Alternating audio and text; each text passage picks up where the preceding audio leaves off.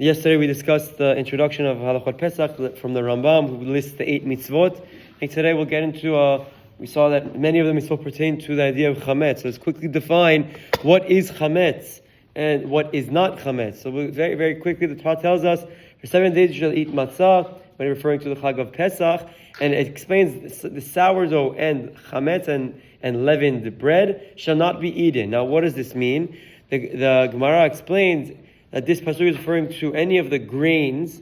So we have them as 5, and the acronym for those is what we call browse, barley, rye, oats we'll keep in for now, wheat and spelt. These 5 grains, when they come into contact with water, they begin to leaven, and that's what the Torah refers to as Chametz. Seor is the sourdough starter, also became popular of late. But these 2 concepts, these 2 ideas, these 2 food items must be discarded and thrown away before Pesach, as per the Torah and what we explained yesterday, part of the mitzvot leading up to Pesach. Now it's important to understand that this Chametz is only with these types of grains.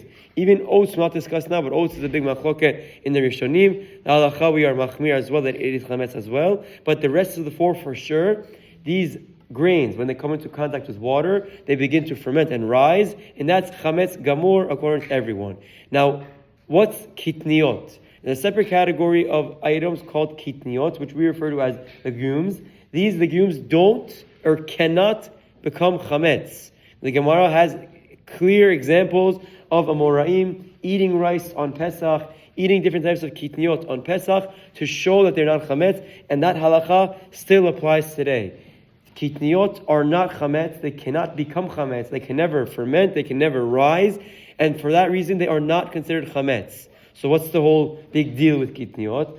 Many Ashkenazi communities, and some even Sephardi communities, took upon themselves an extra stringency with Kitniyot as well, because of either the similarity to the grains of Chametz, or they were being sold in the market next to the Chametz. Whatever the reason was, they took a stringency on themselves to refrain from consuming Kitniyot on Pesach as well.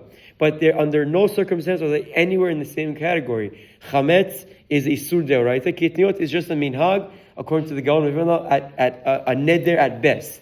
But for that reason, it's important to make this chiluk and make this understanding that Kitniyot can never become Chametz. For that reason, many Sfaradim like us, who eat many types of Kitniyot, have nothing to be embarrassed about, nothing to be shy about. The Amoraim and the Gemara did it. Many Rishonim did it. It's the trend of Kitniyot and refraining from eating them on Pesach is a very new thing if you look at it in Jewish history. For that reason, it's something to be concerned about. But it's important to understand the difference that Chametz is a problem. Kitniyot cannot become Chametz. Many who have a minhag against it refrain from doing so, but it can never cause something to become Chametz or make it any worse. That's just the introduction to the 2 types of Chametz and Kitniyot. We'll discuss more at length in the upcoming weeks. Chazak u'baruch.